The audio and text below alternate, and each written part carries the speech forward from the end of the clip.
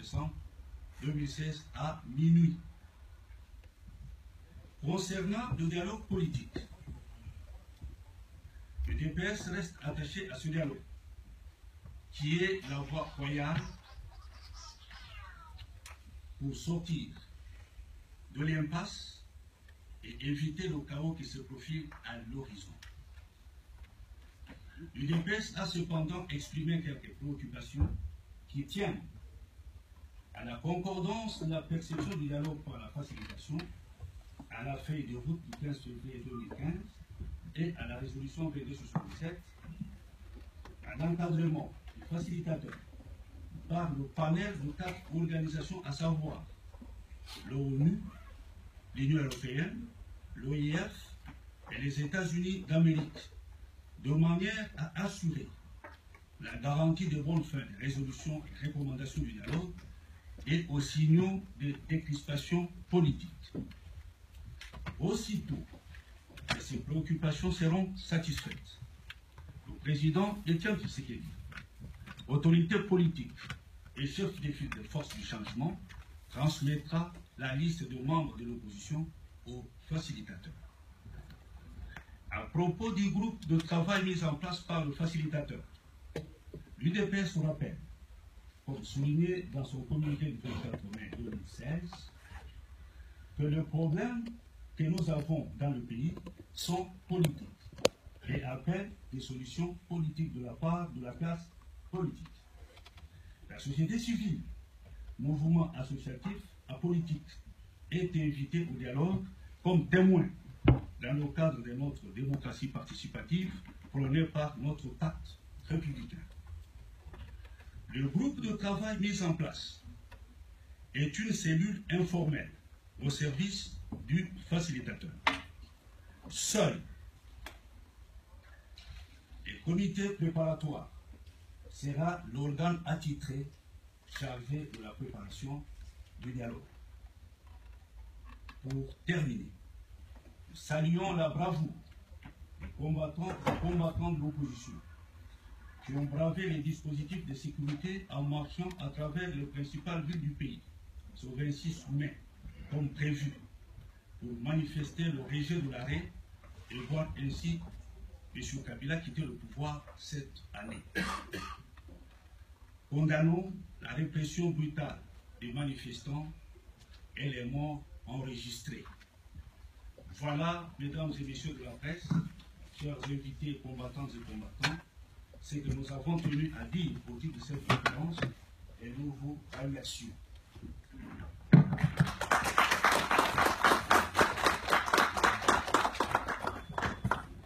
Bon, comme je l'avais annoncé, nous allons commencer avec la presse qui ouvre. Bon, toujours.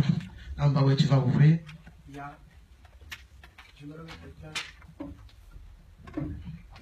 Bonjour, Baudouin, Congo indépendant. Vous avez dit que l'UDPS va conquérir le pouvoir cette année. Première question, voulez-vous dire que vous allez exiger lors du dialogue pour que les élections se tiennent impérativement 90 jours avant l'expiration du mandat de l'actuel président? C'est ma première question. Deuxième question, on fait un peu de la fiction. Nous sommes le 19 décembre de cette année et Kabila ne remet pas les clés de la présidence de la République. Qu'est-ce qui va se passer? Voilà, deux questions.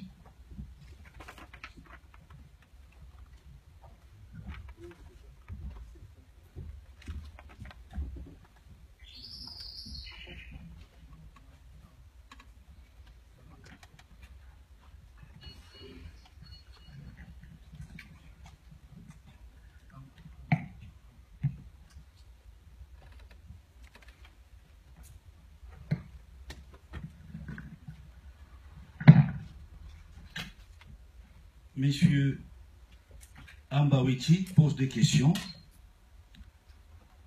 Le savoir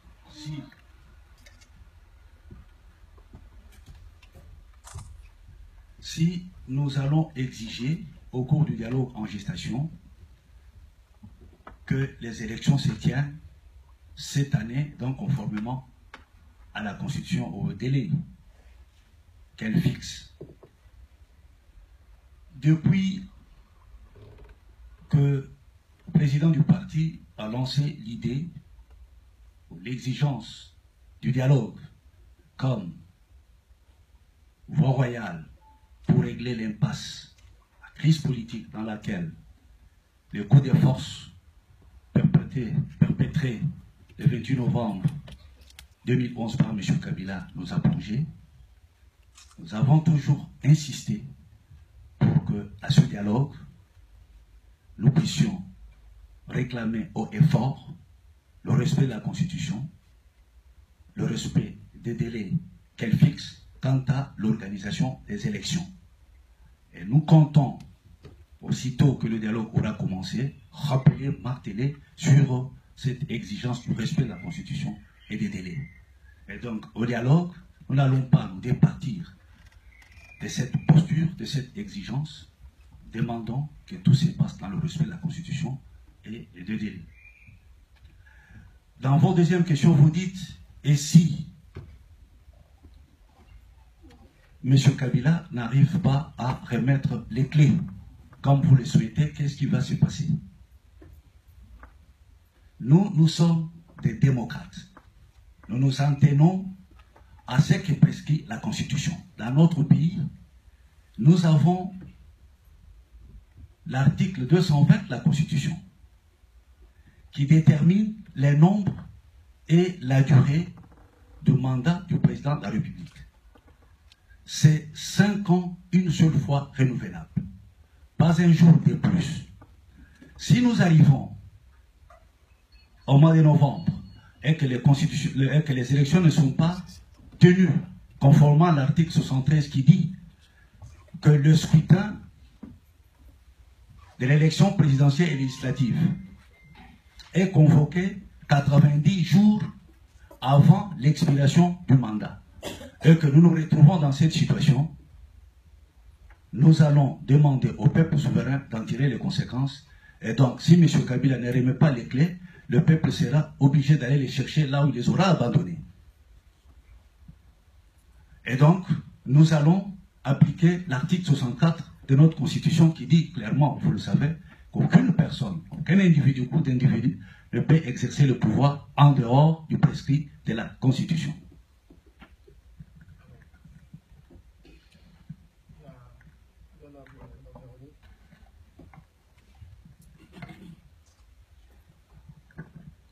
Véronique Kizel, le journal de soir. Je voulais vous demander, la situation est compliquée. Où est-ce qu'on en est dans une union de l'opposition? On parle notamment de contact entre Moïse Katumbi et l'UDPS. Je voulais savoir où on en était et si vous pensez que ce serait utile pour le Congo d'avoir une opposition unie face à une situation compliquée. Je vous remercie.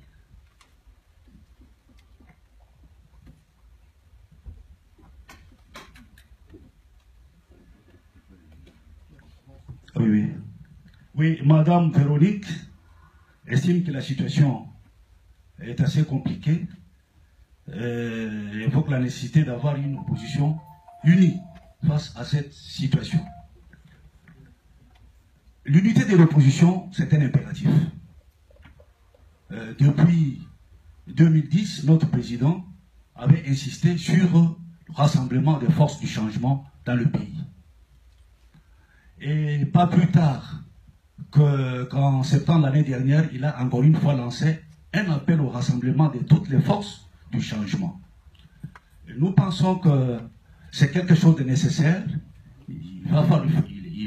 C'est mieux de se mettre ensemble pour affronter un ennemi commun. L'ennemi commun que nous avons aujourd'hui, c'est l'imposture. C'est M. Kabila qui cherche, comme nous venons de le dire en l'introduction à cette conférence de presse, de rester, de s'accrocher à la tête de l'État, alors que la Constitution est claire, on ne peut pas rester au pouvoir au-delà de 2 mandats. Nous allons donc, nous favorisons, c'est notre président qui le veut, l'unité de l'opposition pour arriver à faire fonctionner la démocratie, obtenir un dialogue au cours duquel nous allons effectivement demander que le processus électoral en cours soit crédible, que la Constitution soit respectée et que tout se passe dans le délai. C'est ensemble que nous allons mettre ceux qui sont contre la démocratie, qui ne veulent pas que la démocratie puisse s'épanouir chez nous, hors d'état de nuire. Oui, madame, je vais rajouter que je crois être en mesure de vous annoncer que très bientôt, très prochainement, ici à Bruxelles, se tiendra une grande réunion avec entre les forces politiques de l'opposition et l'UDPS. Je suis sûr déjà pour le G7. Il y a quelques éléments de la dynamique de l'opposition. On le saura au fur et à mesure. Et évidemment, les alliés de l'UDPS qui sont le G14, les représentants du mouvement de M. Eugène Diomi, et voilà, et certains autres partis politiques. Oui. J'ai parlé du G7, donc je suppose... Pardon? Oui, il est annoncé, hein, donc il sera là.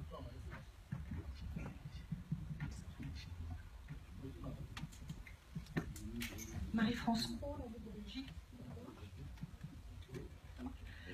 Cros, la Libre Belgique. Tous les grands leaders de l'opposition disent tous qu'ils sont pour une candidature unique. Ils appellent tous à se rallier à une candidature unique, mais dans leur tête, c'est toujours ma candidature unique.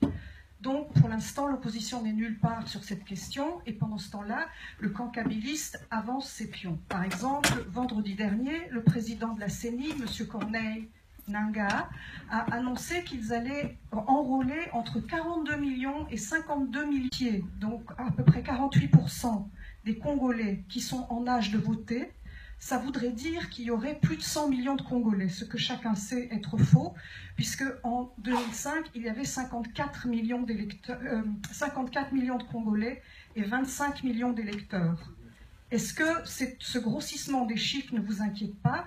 Et est-ce que vous avez déjà commencé à envisager une stratégie pour les élections lorsqu'elles auront lieu, notamment un système qui vous permettra de vérifier les votes qui ont été émis dans les bureaux, au niveau des bureaux, pour ne pas vous faire rouler comme en 2011? Oui, madame, merci pour votre question. À propos de la candidature unique, la position de l'UDPS, elle est très claire. Pour le moment, nous ne participons pas à ce débat. Et vous remarquerez d'ailleurs qu'à l'UDPS, nous avons toujours martelé que nous avons le président élu dans nos rangs et nous considérons que le contentieux électoral qui nous oppose au camp Kabila n'est pas terminé. C'est pour ça que nous avons toujours voulu du dialogue. Ensuite, nous disons que ce n'est pas utile pour nous, ce n'est pas prioritaire plutôt de faire le débat sur la candidature unique. La priorité pour nous doit être ce qui va arriver par rapport au processus électoral. Vous l'avez dit, il y a déjà des manœuvres qui pointent à l'horizon avec ce que M. Nangaa a annoncé. Ça ne nous fait pas peur, nous étions préparé justement à ce genre de sortie. C'est pas pour rien qu'il a été mis là, à la place de l'abbé Malumalu qui commençait à échapper au contrôle de M. Kabila. Voilà pourquoi l'UDPS prône la tenue du dialogue, parce que nous savons qu'au sein de ce forum, nous pourrons remettre à plat et à la fois le rôle de la CENI et également le processus électoral lui-même qui devra accoucher d'élections crédibles et d'une alternance au bout du compte.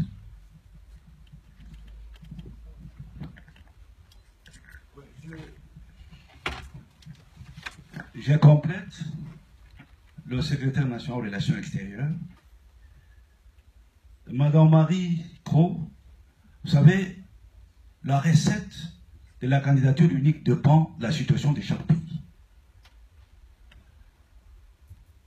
en 2016, si les choses doivent se passer comme prévu par la Constitution, nous allons nous retrouver dans une situation où l'AMP n'aura pas un candidat valable. Parce que tout celui qui sera désigné pour porter les couleurs de cette famille devra endosser, assumer le bilan de M. Kabila. Et quand vous posez la question aux Congolais aujourd'hui,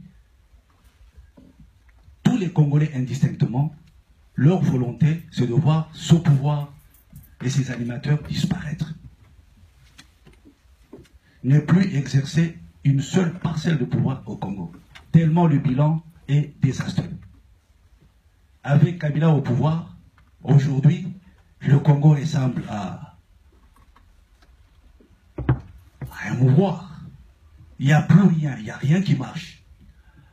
Donc, nous ne pensons pas que la recette, bien qu'elle soit valable dans certaines situations, quand il y a un président qui est ancré, qui utilise les services de l'État pour s'accrocher au pouvoir, mais dans la situation qui va être la nôtre, nous pensons que ce qui pointe à l'horizon, c'est tout simplement l'alternance. Et cette alternance qui est exigée par le peuple congolais, ah et non, c'est généralement M. Étienne Tshisekedi qui incarne cet espoir. Voilà pourquoi nous disons que la situation qui est la nôtre, qui n'est pas comparable à celle des autres pays, ne nécessite pas nécessairement, forcément, la candidature unique. Parce que nous allons aller au pouvoir avec un camp adverse qui est complètement disqualifié et que le peuple voudrait nécessairement qu'il y ait une alternance. Pour ce qui est des affirmations faites par M. Ranga, Mme Marie, pour nous, à l'UDPS, tout ce que la CENI raconte, c'est de la distraction. C'est une diversion. La réalité est que cette CENI est inféodée au pouvoir, elle est la caisse de résonance des stratégies du pouvoir pour rester au pouvoir. Alors, nous sommes des démocrates, nous attendons, nous avons les yeux rivés sur la montre, il n'y a pas élection dans le délai, nous aurons conclu à la mauvaise foi, ou par jure, à la perfidie de M. Kabila, et auquel cas, il devra quitter le pouvoir. Et donc, les élections, pour nous, devront se dérouler comme prévu par la Constitution. Tout a été fait par cette famille politique à laquelle appartient la CENI de ne pas tenir les élections dans le délai. Les éléments que vous avancez, les grossissements, etc., mais ça procède de leur stratégie de créer, d'amplifier des problèmes pour justifier la non-tenue des élections dans le délai. Pour nous, c'est de la diversion. Tout a été fait pour qu'il n'y ait pas élection dans le délai, mais s'il n'y a pas élection dans le délai, ils devront endosser la responsabilité. François Misser, BBC Afrique. C'est à propos du timing. Et d'ores et déjà, on est déjà en fin mai, presque en juin. La CENI a déjà clairement dit que plutôt l'élection, ce serait pour 2017, même après le premier trimestre 2017. Le moins qu'on puisse dire, c'est que le langage des autorités est un langage de clarté, puisque la Cour constitutionnelle semble avoir confirmé le fait que cette élection n'aurait pas lieu non plus en 2016. Alors bon, j'ai un peu l'impression qu'on est en train de perdre son temps parce que les jeux sont déjà faits. Il y a un certain nombre de tâches qui doivent être accomplies pour qu'une élection ait lieu.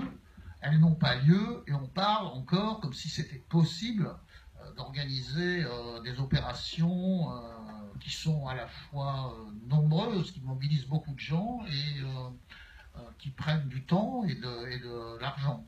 Donc là, bon, aller dialoguer, etc., est-ce que c'est vraiment réaliste ?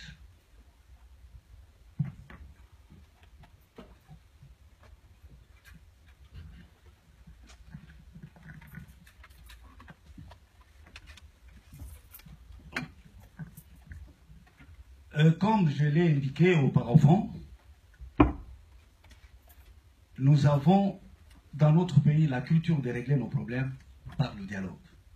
Ça, c'est une première chose. Il y a eu une impasse politique, une crise très profonde. Pensons que c'est à travers le dialogue que nous pourrons dégager un compromis pour régler les problèmes qui se posent. Sortir de l'impasse et éviter justement le chaos qui pointe à l'horizon. Lorsque le pouvoir dit, comme vous venez de le souligner, qu'il y a une clarté dans ce qu'ils disent, que nous n'avons pas le moyen d'organiser les élections dans le délai, ben, ils sont responsables de cette situation. Comment pouvez-vous expliquer qu'un pays comme la RDC manque l'argent pour organiser les élections? Ils ont eu 5 ans. Mais en dehors de ces 5 ans, il y a eu encore 5 ans auparavant. Et comment peuvent-ils avoir le courage de dire que nous n'avons pas l'argent, nous allons organiser les élections en 2017, et ils instrumentalisent la CENI pour ce faire. Bon, les choses sont tout à fait claires. Nous nous disons que tout ça a été fait expressement. Parce que l'objectif du pouvoir est de rester au pouvoir. Voilà pourquoi, comme nous venons de le dire, si les élections ne sont pas organisées, parce que M. Kabila, il ne faut pas l'oublier, il a prêté serment d'observer la Constitution et il est le garant du bon fonctionnement des institutions.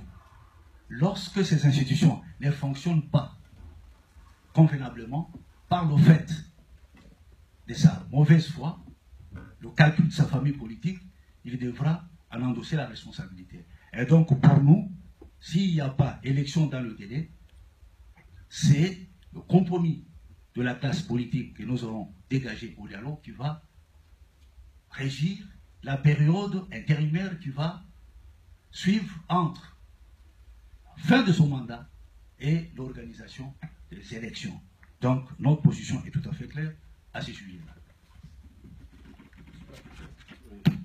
Oui, j'ajouterais ceci à votre intention, M. le Commissaire.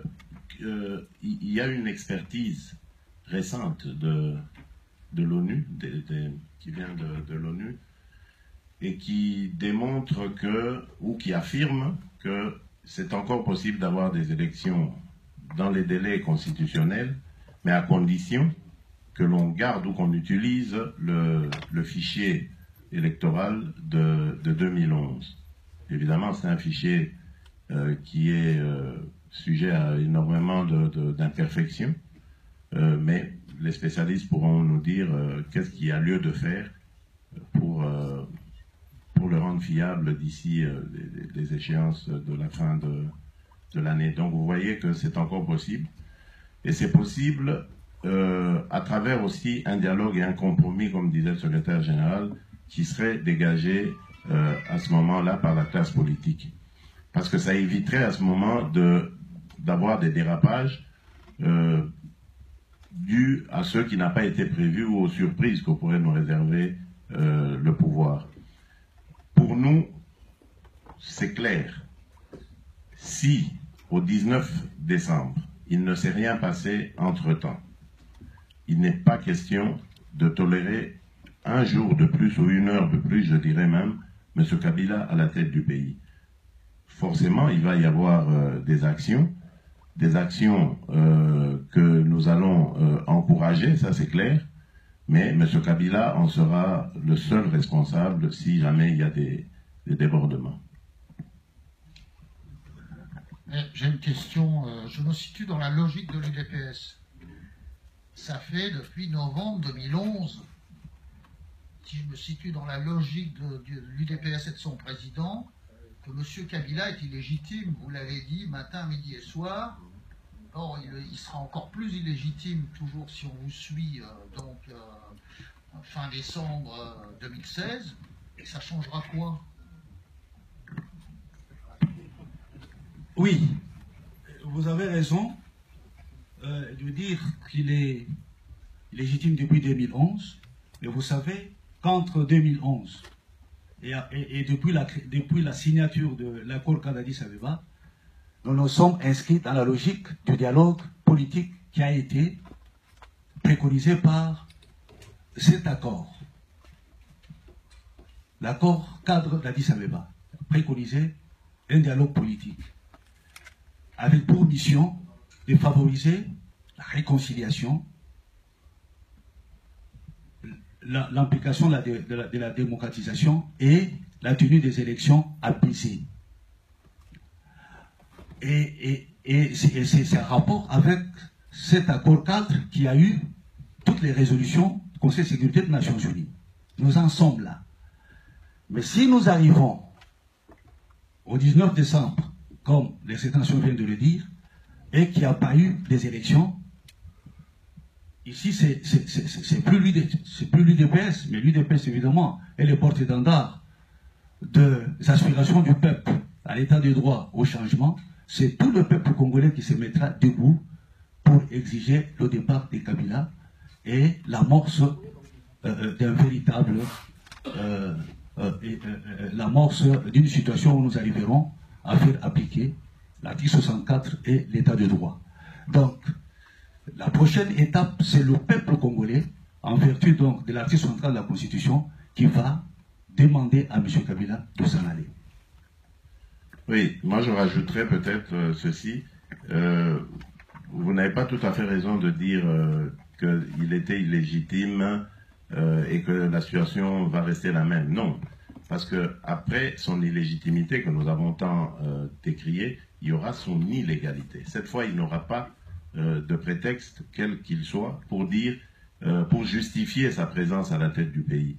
Et lorsqu'on est illégal, donc ça rend ceux qui se plaignent totalement en possession de leurs droits pour agir. Et là, nous aurons évidemment toute la communauté internationale avec nous, parce qu'on aura affaire à un président illégal et qui aura expressément organisé cette situation dans le but de régner de manière illégale aussi. Donc, nous serons renforcés dans notre position. Avant cette question, un petit complément. C'est pour dire que, peut-être que j'anticipe, il y aura une question là-dessus. L'arrêt qui a été rendu par la Cour constitutionnelle et qui donne la possibilité de M. Kabila de demeurer au pouvoir au-delà de son mandat, c'est un arrêt inconstitutionnel. Ça, c'était un scandale. Et le peuple n'est pas d'accord avec ça. C'est pour cela que vous avez suivi hier, à travers les principales villes du pays, tout le peuple congolais se met debout pour rejeter cet arrêt et réaffirmer qu'à la date indiquée, M. Kabila ne sera plus président. Donc les choses sont très claires. Cette Cour a rendu un arrêt honteux, un arrêt inconstitutionnel. Personne n'est d'accord avec ça. Nous savons qu'ils ont été payés pour rendre cet arrêt, mais ils ne peuvent pas se gargariser de cet arrêt parce que c'est une chouette porte-malheur et c'est pour cela que ça bouillonne déjà dans le pays. Oui, bien, merci. C'est Cheikh Fita d'Info en ligne des Congolais de Belgique. J'aimerais que vous me rassuriez. Donc, vous attendez le 19 pour vous rendre compte que M. Kabila est de mauvaise foi, ou bien avant, il y aura des actions. Parce que lui, il a effectivement cet arrêt-là.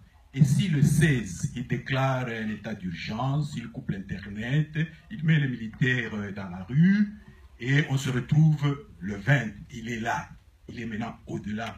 Qu'est-ce que vous allez prendre comme disposition? Merci. Moi, je ne crois pas que ce soit une question de date ou d'heure. À partir du moment où on est le 20, pour nous, il est illégal. Maintenant, s'il résiste, ce qu'on peut imaginer quand on voit toutes les manœuvres qu'il fait, mais ça veut dire que nous entrons dans une période trouble, dans un mano à mano qui fera que le peuple finira par en ressortir gagnant. À quel moment, je ne sais pas. Mais une chose est certaine, c'est qu'il sera mis dans l'impossibilité ou l'incapacité de gouverner ce pays. Maintenant, ce sont les jours, c'est une question de rapport de force. C'est ça qui déterminera le nombre de temps que durera son imposture. Mais ce qui sera vrai, c'est qu'il s'engagera en tout cas une bagarre, il n'aura pas la vie facile pour quitter, pour qu'il quitte la tête du pays. Voilà. Oui, un complément. Monsieur Tchèque Fita, vous devez savoir que en recourant à sa cour constitutionnelle pour rendre cet arrêt, c'est pour nous un casus belli. Nous n'allons pas attendre les 19. Les actions commencent. Et la première, c'est celle qui s'est passée hier. Et ça ne va pas s'arrêter. Le peuple sera, comme le président Tshisekedi l'a dit dans ses différents messages, le peuple reste mobilisé jusqu'au départ de M. Kabila. Nous savons que toutes les stratégies mises en œuvre par Kabila et sa famille, c'est de ne pas organiser les élections dans le délai et donc de glisser, comme le jargon le dit chez nous. Mais de notre côté, en tant que force du changement, nous avons des stratégies, nous allons les mettre en œuvre pour obtenir son départ. On n'attendra pas le 19, les actions seront mises en œuvre tout le long du parcours jusqu'au 19 décembre. Le plus tôt possible, c'est quand? Je viens de vous dire que ça a commencé déjà depuis hier. C'est depuis hier déjà. Ah oui, c'est déjà commencé depuis hier. Monsieur Cheikh Fita, je ne sais pas si vous étiez là quand je l'ai annoncé, mais dans les jours qui viennent, il va y avoir un grand rassemblement autour du président Etienne Tshisekedi qui sera formé ici à l'UDPS, un rassemblement de l'opposition. Nous n'allons pas nous arrêter à faire ce rassemblement à Bruxelles, nous allons retourner au pays pour le matérialiser.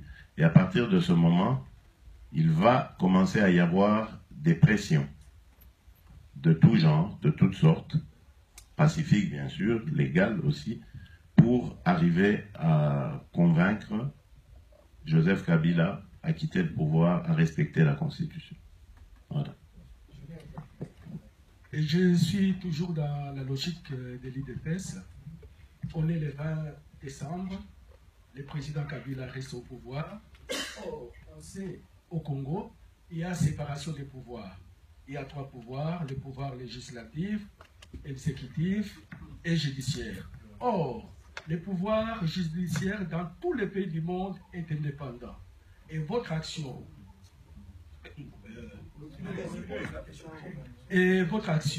sera contre le pouvoir judiciaire ou contre M. Kabila?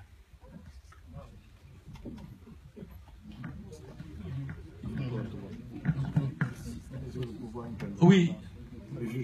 Monsieur, la première chose qu'il faut vous faire remarquer, c'est qu'au Congo, il n'y a pas séparation de pouvoir.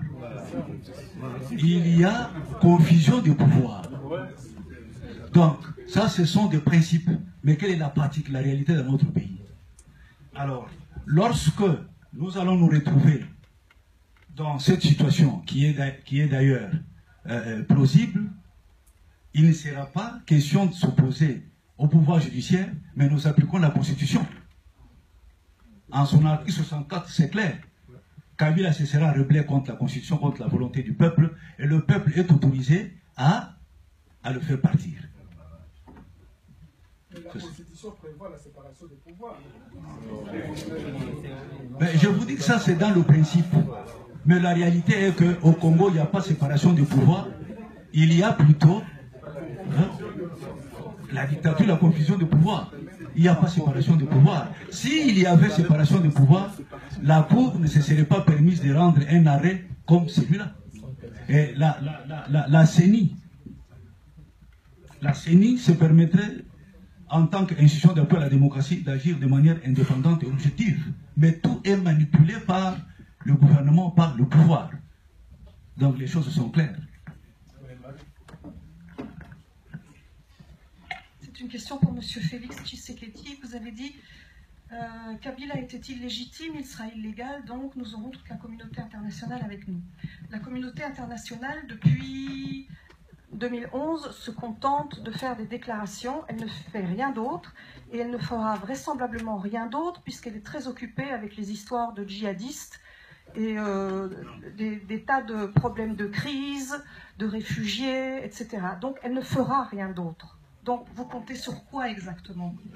C'est fort possible, comme vous dites, mais ça m'étonnerait énormément parce que en ce moment, je crois que vous êtes très bien placé aussi pour le savoir, il est question de sanctions à appliquer à ce régime et à certaines personnes qui seraient ciblées essentiellement. Donc je ne pense pas qu'ils vont rester bras croisés. Parce qu'en même temps, sur le terrain, nous non plus, nous ne resterons pas bras croisés. Nous allons agir en fonction des événements. Et je ne crois pas que, quelle que soit la difficulté que le monde entier a avec ces fameux djihadistes, la communauté internationale restera indifférente. D'ailleurs, à ce propos, je crois que le Congo aussi est sous la menace des djihadistes. Donc, je peux vous dire que c'est un problème qui intéresserait la communauté internationale au plus haut point.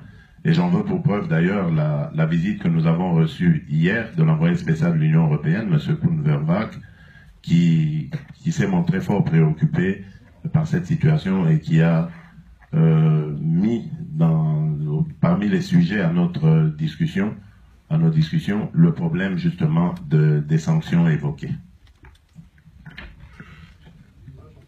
Oui.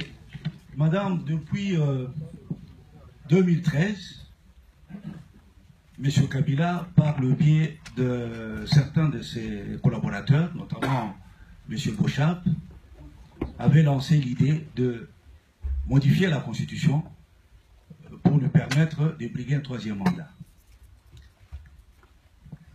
Ensuite, il y a eu la tentative de conditionner la tenue des élections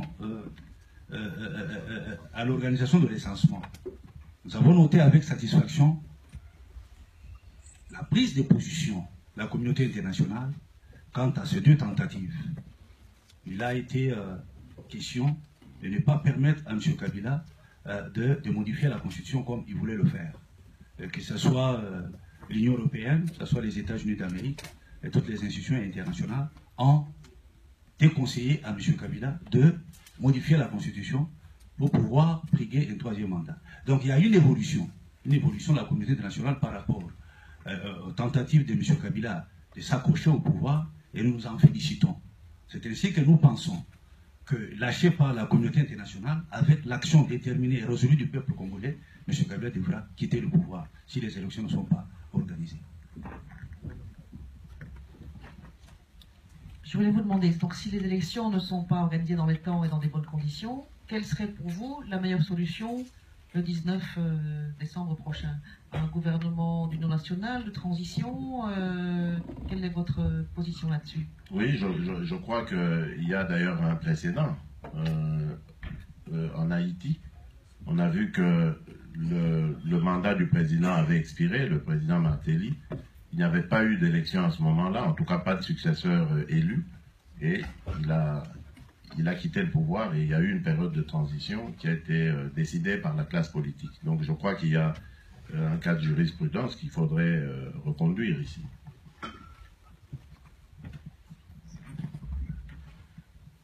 La réunion de Bruxelles, elle aura lieu quand exactement? C'est une question de jour. Je pense que ce sera ce week-end ou en début de semaine prochaine. Mais c'est imminent.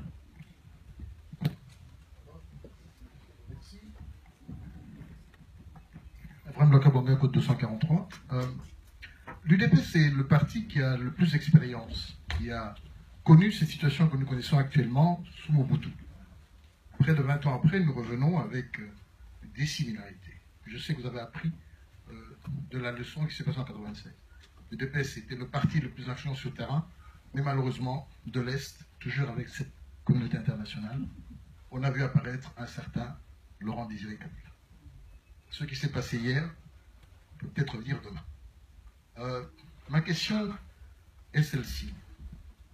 Concernant la transition, parce que nous y allons, étant donné que je ne vois pas comment Corneille Nangaa la semaine prochaine pourra convaincre la communauté internationale de lui mettre 500 millions sur la table, sachant qu'il y aura des élections aux États-Unis très bientôt et que tout le monde sera en train de s'occuper de ce qui se passe chez lui. Transition, première question. Avec Kabila, parce qu'il n'est pas évident que je partira comme ça. Sinon, deuxième trait, Si Kabila tombait avant, quelle serait la configuration politique qui pourra permettre au pays de continuer? Merci.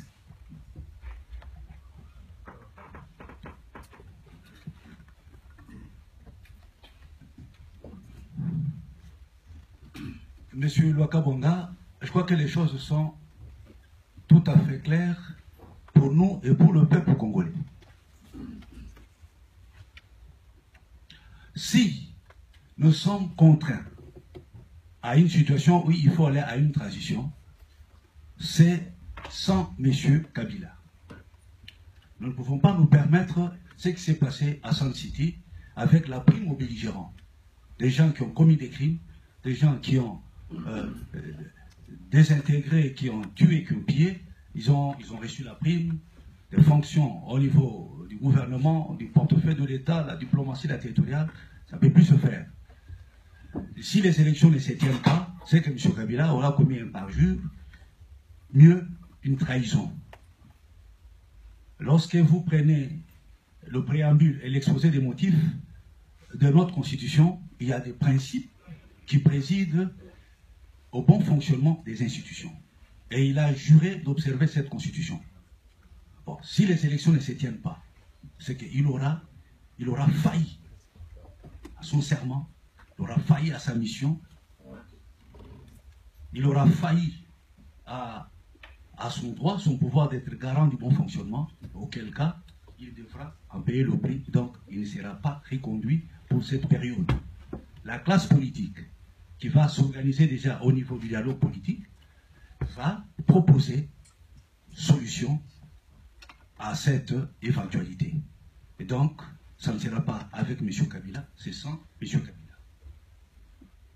Alors, si Kabila tombait, pourquoi nous avons envisagé qu'il y ait un dialogue? Justement, le dialogue s'inscrit dans la logique de résoudre tous les problèmes politiques et autres qui se posent au pays.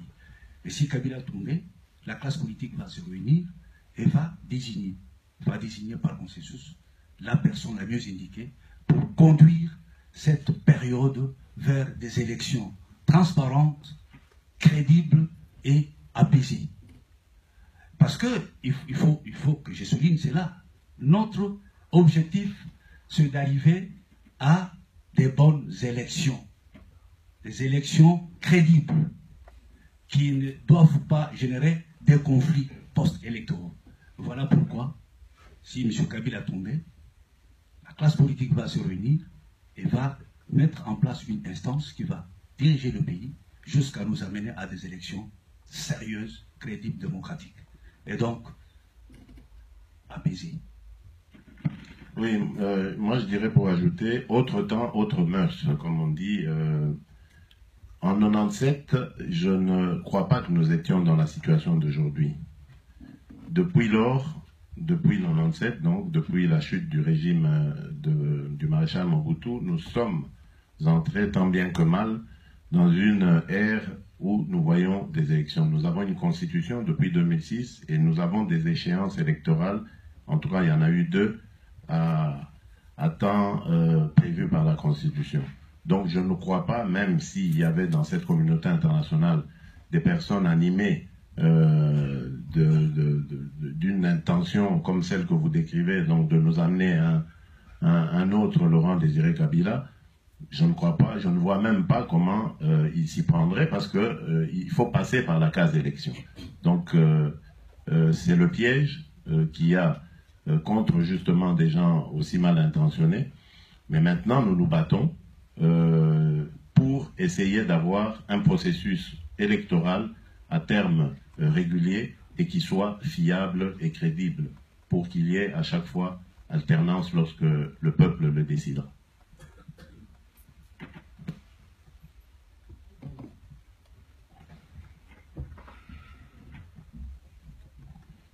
C'est Gérard Kanamassao.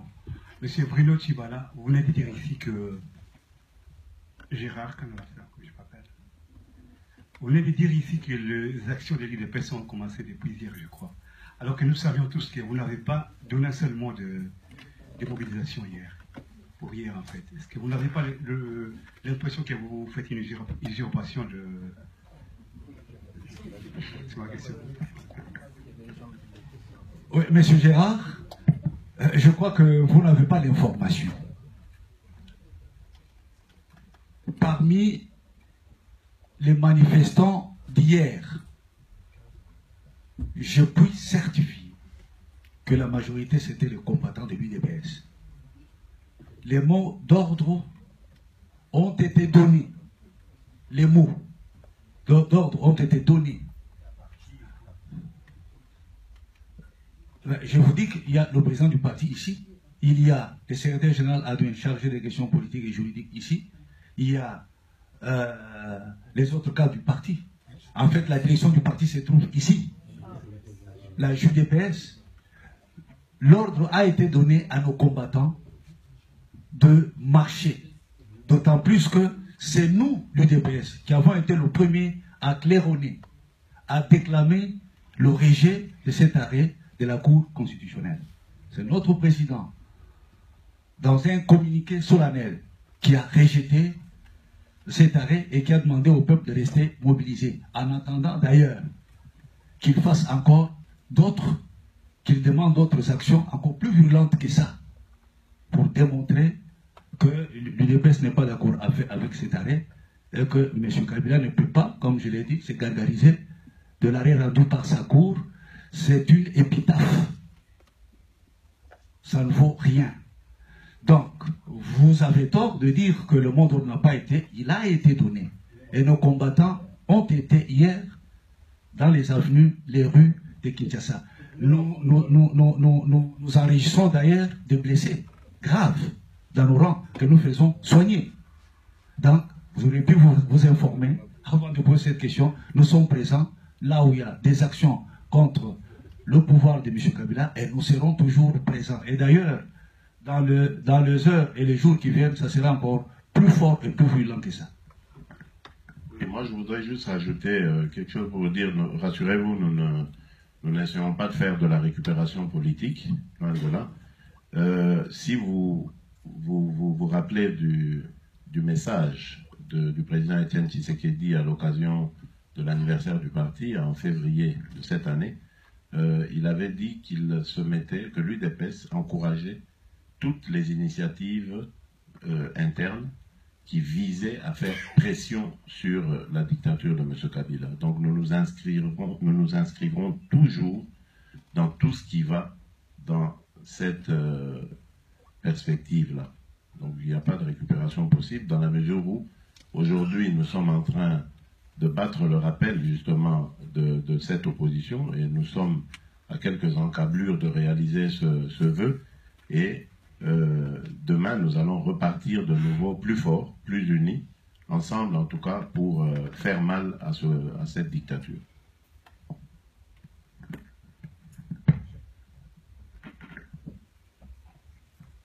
Wechi, les amis de Wechi, c'est concernant la communauté internationale. Le 21 juillet 2014, nous avons réalisé l'interview de M. Didier Renders et Armand Dedeker. Nous lui avons posé clairement la question si le 20 décembre 2016, si le président Kabila restait au pouvoir, qu'est-ce que la Belgique va faire? Il a été clair et net. La Belgique ne fera rien. Le Congo est un État indépendant. Et vous croyez toujours à la communauté internationale. Au Burundi, la communauté internationale n'a rien fait. Au Rwanda, la même chose. Au Congo-Brazza, la même chose. Vous ne croyez pas que votre espoir sur la communauté internationale était coupé dans l'eau? Mais écoutez, M. Wechi, c'est tout à fait normal que la communauté, la Belgique, parce que vous parlez de la Belgique, dise qu'elle ne fera rien. Et c'est normal, la Belgique ne peut pas venir faire quelque chose à la place des Congolais. Mais si demain, ce peuple qui contestera, ça c'est certain, ce passage en force de M. Kabila, est abattu comme du gibier, vous croyez que la Belgique restera insensible? Je ne pense pas.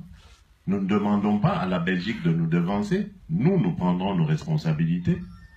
Mais nous savons que les nations démocratiques de ce monde seront solidaires avec le peuple congolais.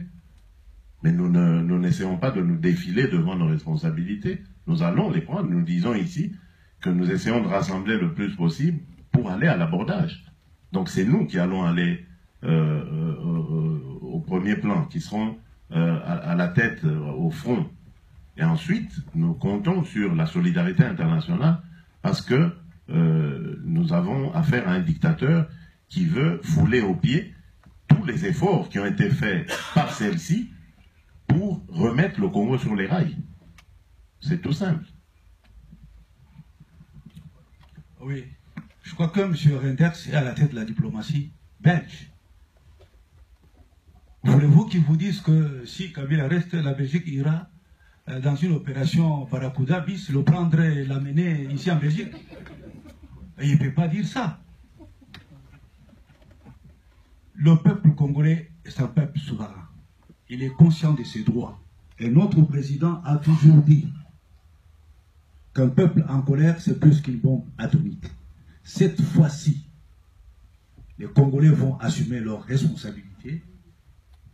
Si les élections ne sont pas organisées, comme nous venons de le dire, peut-être que ça sera un beau spectacle pour ceux qui doutent encore la capacité des Congolais de se prendre en charge.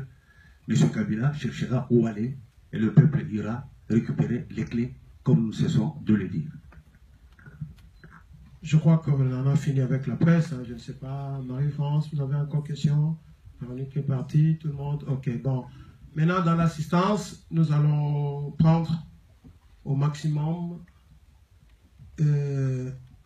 Bon, il y a le mec célèbre. Bon, on commence 1, 2. Je peux prendre 3 directement. Donc, donnez d'abord. Merci, Bob Kayembe, acteur social. 2 observations. La première, c'est que si Kabila arrivait à déclarer un état de siège, vous êtes témoin de ce qui se passe à Béni. Je ne sais pas, peut-être que je n'ai pas l'information, je n'ai pas entendu beaucoup d'échos de la part des opposants congolais, c'est-à-dire de coexaction. Et la manifestation s'est faite hier. Mais il faut parler, s'adresser aux gens qui regardent ce qui se passe à Béni. Les gens meurent tous les jours, ça fait plus de morts, ça rajoute sur les millions qui sont déjà partis. Et si Kabila a déclaré un état de siège pour dire aujourd'hui on est attaqué, il y a des militaires qui viennent chez nous, alors pour sécuriser le pays, alors comme garant de la souveraineté du pays, il dit nous déclarons un état de siège, qu'est-ce qui arriverait? La deuxième observation, c'est celle-ci. C'est l'affaire heureusement que Marie-France est là. Elle vient de dire tout à l'heure, j'ai eu un poignard dans le dos. Elle venait de dire tout à l'heure que la communauté internationale ne s'occuperait nullement du Congo parce qu'il y a 120 personnes qui sont mortes à Paris, on s'occupe de djihadistes. J'ai froid, vraiment, j'ai eu très mal. De dire dans cette salle, c'est vrai, hein, elle dit la vérité, n'est-ce pas? Mais vous imaginez, avec son acabit de journalistes, de grands reporters de ce qu'elle fait, quand elle dit ça, je me dis, mais cette communauté internationale dont on parle, c'est quoi exactement? Parce qu'elle ne s'occupe que de 120 personnes qui sont mortes au Bataclan ou c'est pas où, mais des millions et des millions, on n'en parle pas. J'ai eu très mal, c'est pourquoi je voulais faire cette observation pour voir l'élection.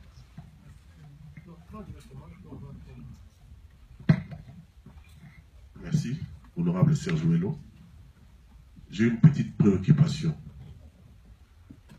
Le pouvoir actuel de M. Kabila, c'est-à-dire avec à sa tête le PPRD et la majorité présidentielle, nous savons tous que le pouvoir actuel, c'est l'émanation de l'AFDEL. L'AFDEL de M. Laurent Désiré Kabila. Personnellement, je n'ai jamais lu quelque part dans l'histoire où un groupe d'individus accède au pouvoir et les quitter sans qu'il soit contraint. Qu'en pensez-vous? Merci.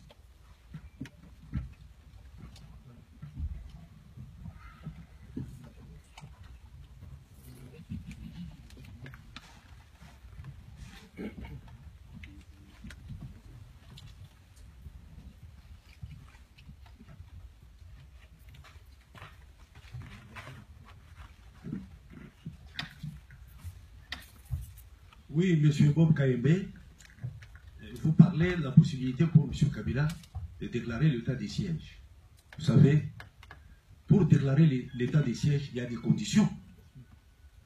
Il faut que les institutions nationales, les institutions de la République, soient mises dans des conditions telles qu'elles ne peuvent pas fonctionner normalement. Je ne vois pas une telle situation se présenter avec ce qui se passe à l'Est. Devant l'impossibilité de décréter l'état du siège, Kabila est appelé d'assumer ses turpitudes à la tête de l'État par rapport aux prescrits de la Constitution. Et c'est le cas de figure, l'hypothèse que nous envisageons, qui est une certitude, on ne conjecture pas, les élections ne vont pas se dérouler dans le délai, comme le stipule l'article 73 de la Constitution. C'est ainsi que nous disons que dans ces conditions, ça sera peut-être une transition sans M. Kabila.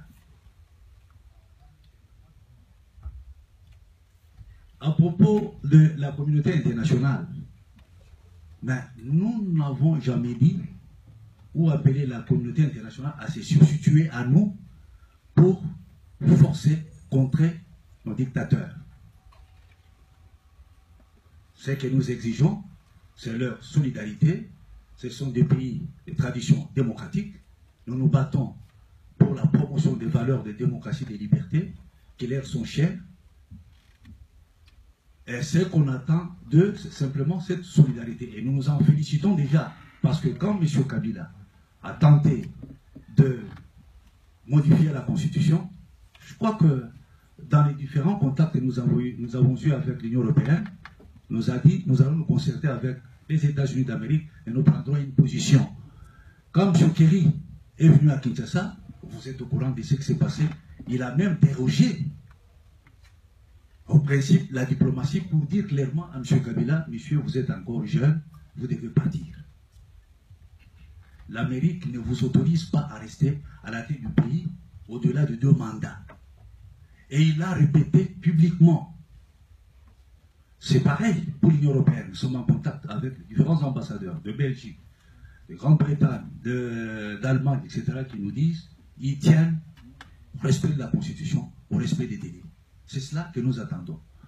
Mais si M. Kabila nous met dans la situation que je viens de décrire, il y a la Constitution, à l'article 64, qui dit que le peuple doit faire barrage. Donc, c'est nous-mêmes qui allons prendre nos responsabilités et la Constitution nous l'autorise.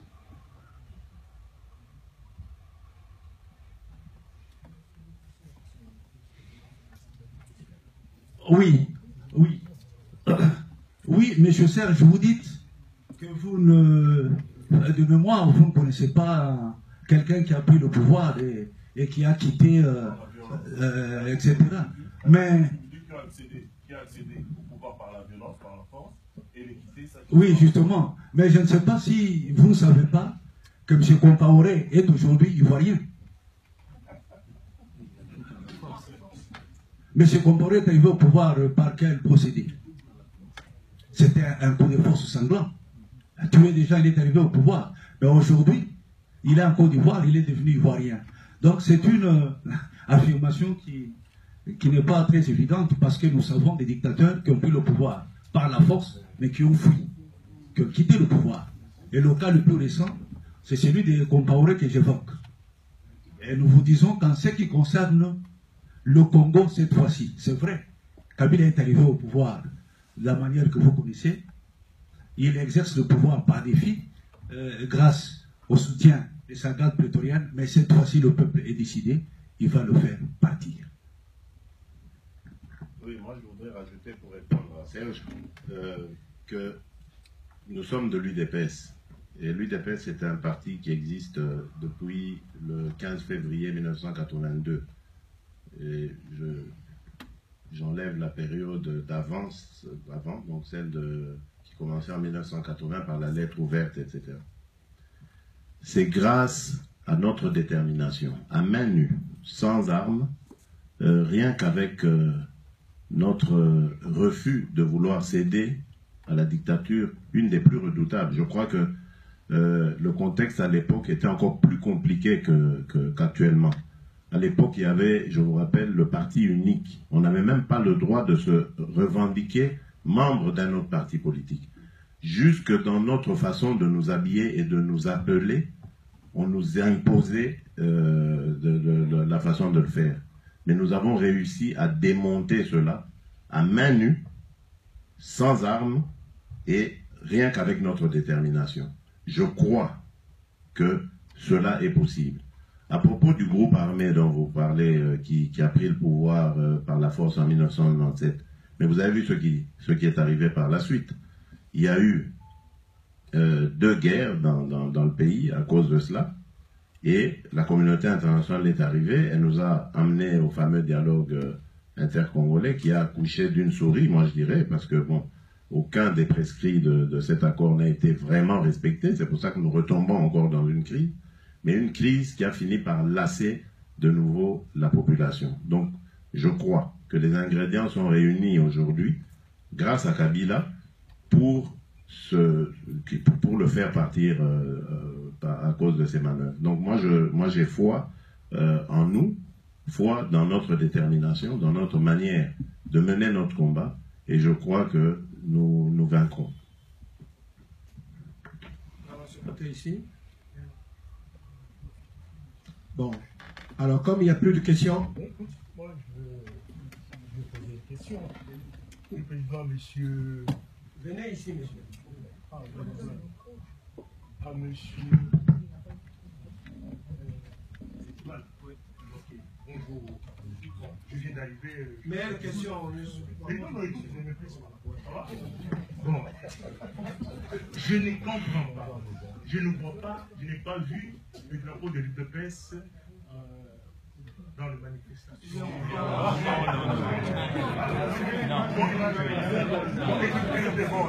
Voilà, je suis informé. Encore une autre question. Monsieur, j'ai suivi un jeune homme du nom de Béa, Jekoko Béa. Ce qu'il a narré me désole énormément. J'ai suivi aussi M. Mavungu.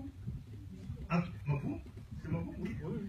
En tout cas, son discours est un discours plein de paraboles, on ne sait pas à qui il s'adresse. Il s'adresse parfois à ses collègues de presse, parfois c'est aux opposants, parfois, oui, parfois c'est aux opposants, et parfois c'est à Kabila. Je pense que, ça c'est une observation, je pense qu'il faut aiguiser votre discours à l'endroit de la jeunesse, pour que ça soit précis, au lieu de tourner en rond, et on ne vous comprend pas, et on ne sait pas vous saisir. Et après votre discours, après le discours de M. Mavungu que j'ai suivi dernièrement, après le discours, c'est la confusion. On ne sait pas plus précisément qu'est-ce qu'il veut dire. Les gens peuvent aller à la manifestation ou ne pas aller à la manifestation. Voilà une observation que je vais vous faire. Merci.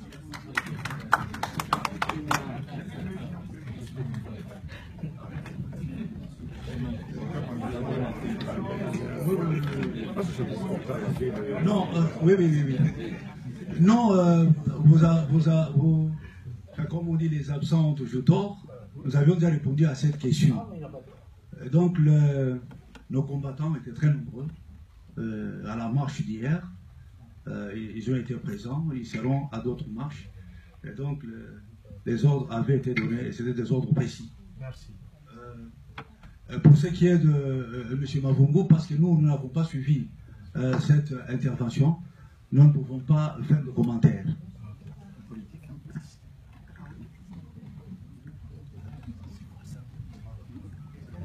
Bon, maintenant, je crois que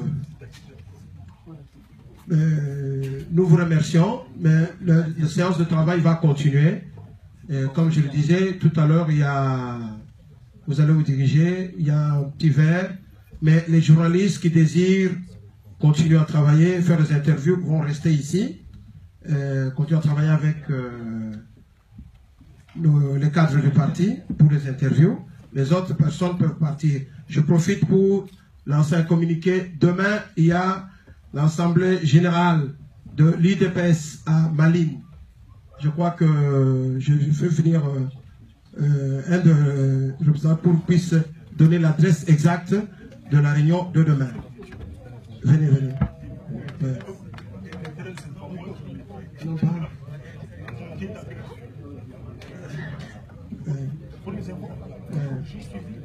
Dodo, tu peux venir.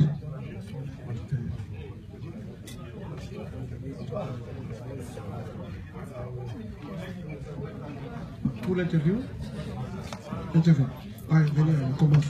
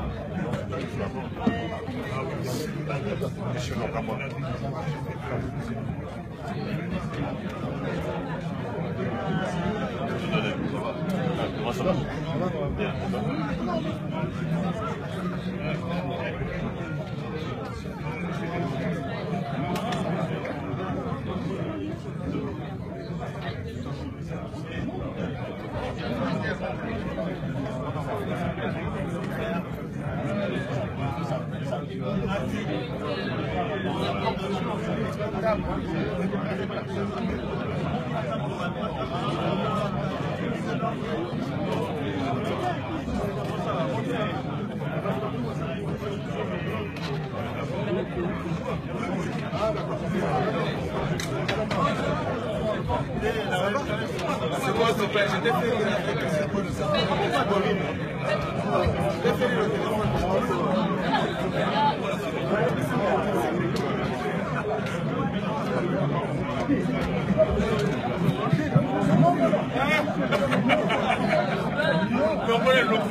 on ne pas avec ça. On sait qui est qui ici.